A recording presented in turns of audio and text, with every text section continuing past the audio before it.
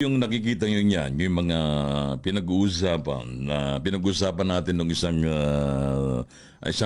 nakaraang araw, yung program natin dito, kung nasaan yung billboard na ni Senador Risa Hontiveros. Sabi natin, nagbagawa ng billboard itong si Senador Risa Hontiveros. Lumabas yung billboards na yan nung mawalan ng confidential fund si BP Sara. Kumbaga, yung Kongreso naglabas ng isang, kumbaga, nagdesisyon sila na tanggalan ng confidential fund ang si BP Sara Duterte at yung Department of Education na hinahawakan ng BP Presidente na si Sara Duterte. Ngayon, lumabas po yung mga billboards na yan na nakalagay, atin ito. At kahit nasa Japan tayo, sabi natin dun sa mga kakontak natin, pakitignan mo nga dun sa ibang lugar kung mayroon pa. Ha? Ayun, identify na hindi lang sa EDSA po nakalagay yung dambuhalang billboard na yan at sinasabi dyan, atin ito. Ha? Ngayon, meron pa raw sa iba-ibang lugar. Kumbaga, iba-ibang lugar yan nilagay yung billboards na yan. Ngayon, ang usapan natin dito. Bakit malayo pa po ang eleksyon? Kung para sa eleksyon itong mga billboards na to, ay 2023 pa lamang po tayo ngayon. Ha? Bakit ganyan ang tanong natin? At ang tanong, sa Binondo, sa Binondo, merong billboard yan sa Binondo. Yung isang video dyan sa Binondo po yan. Meron din sa EDSA. At sinasabi rito para doon sa West Philippine Sea. Parang magaling ang tinatawag diyan, spin doctors. Mayroong kailangan i-switch mo. Parang sinasabi ni Pangulong Duterte rin, spin doctors. Ngayon, itong mga to, pag-usapan po natin yung presyo ng isang, halimbawa, paggawa ka ng billboards na ganyang kalaki. Magkaano po ang paggawa po niyan? Million po ang halaga niyan. Kasi kung may kontrata po yan. Tapos, hindi lang yung pagpapagawa mo ng malaking billboard ang babayaran mo. Siyempre, mag-uupa ka dyan sa mga building na yan, sa EDSA. Nagbabayad dyan, upahan niya ng mga advertisement company, yung mga gumagawa ng billboards.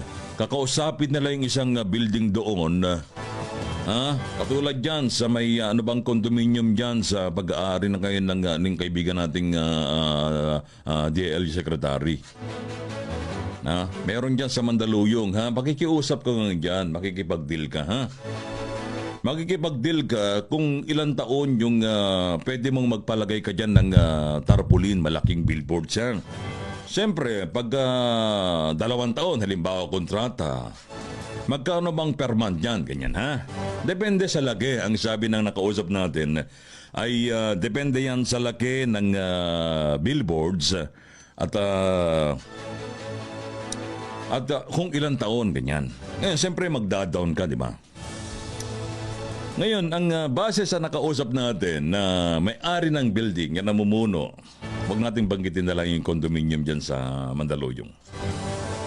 Abay, ang upa daw po dyan ay mababa po yung 20,000 a month. Mababa. Kumbaga, pinakamababa. Maliit na, lang yon billboards, Ayan, dambuhalan na yan, Magkaano kaya ang per month niyan, yung, At siyempre, milyon na yung pagpapagawa ng billboards.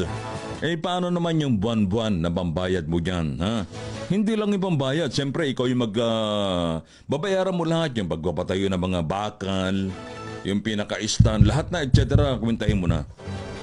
Milyon po ang gagastusin mo dyan para makapagpatayo ka ng isang billboards dyan sa EDSA. Siyempre, ang EDSA ang paboritong paglagyan kasi nandyan yung napakabising lugar sa Metro Manila.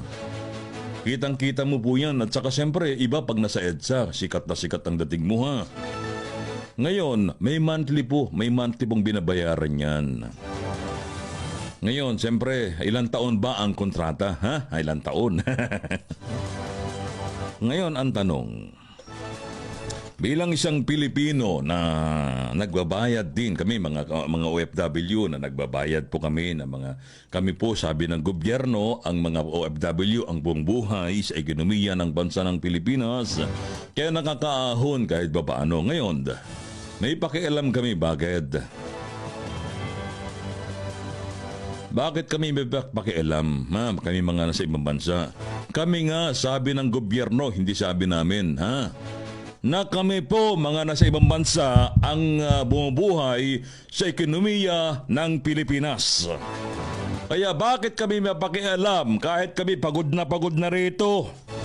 Nagtatrabaho kami rito ng dugot pawis namin. Bakit kami nakikialam dyan? Bakit? Ha?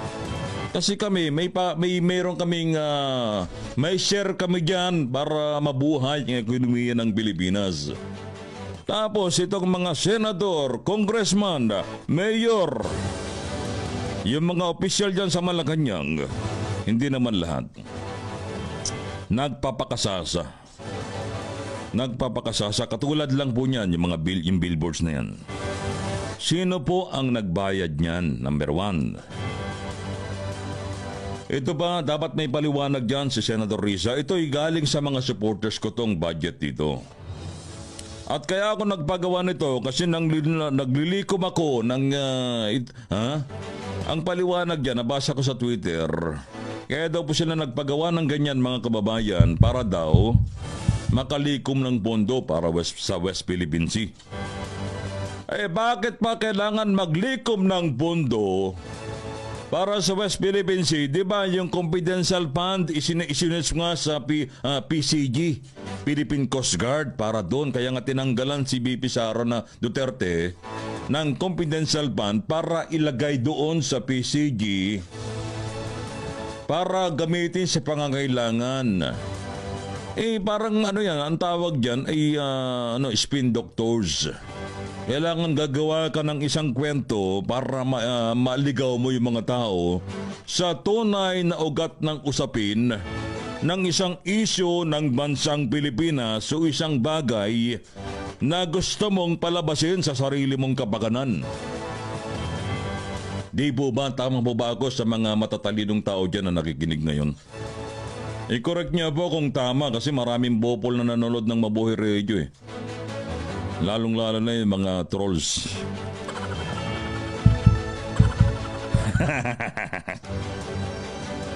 Kasi ako hindi ako pumapatol din sa mga hindi ko ka-level. Kaya lang minsan, ginojok ko na lang para hindi sila ha.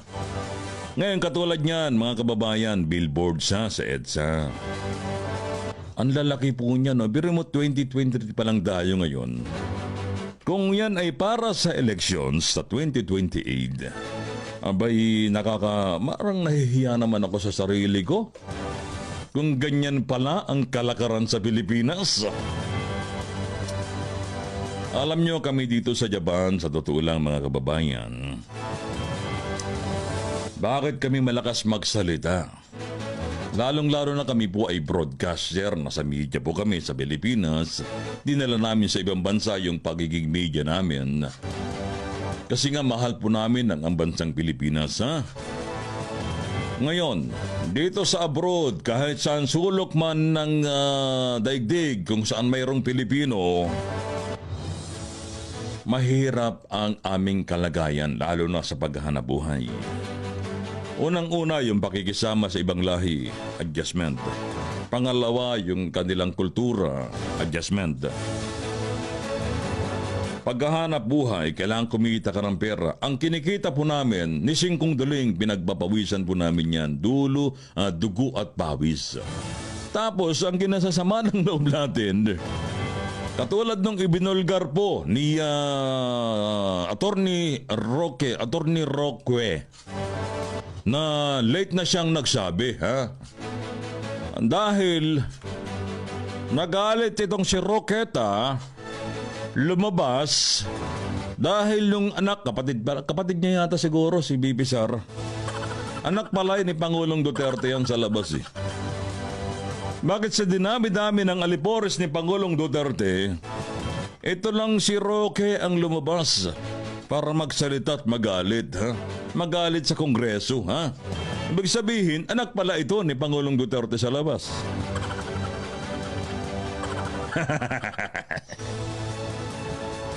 Kaya lang, kung babasahin yung mga comment po dyan, 99.1% ang nagagalit kay Roque. hindi natutuwa ha. Ang sinasabi, bakit ngayon ka lang lumutang? Sa tagal-tagal mong 2 years ka naging congressman, kabayan party list, bakit ngayon ka lang lumabas? At napapanahon pa sa issue ng confidential fund, di ba? Pang matalinuhan usapan ang pag-uusapan natin ngayon. Bakit okay lang sana kung wala kang binanggit na pangalan eh? Ang dating talagang kinakampihan mo si VP Sara at nagpapasikat ka sa tatay. Kasi nga tama lang din naman na kailangan mong magpasikat kasi nakinabang ka.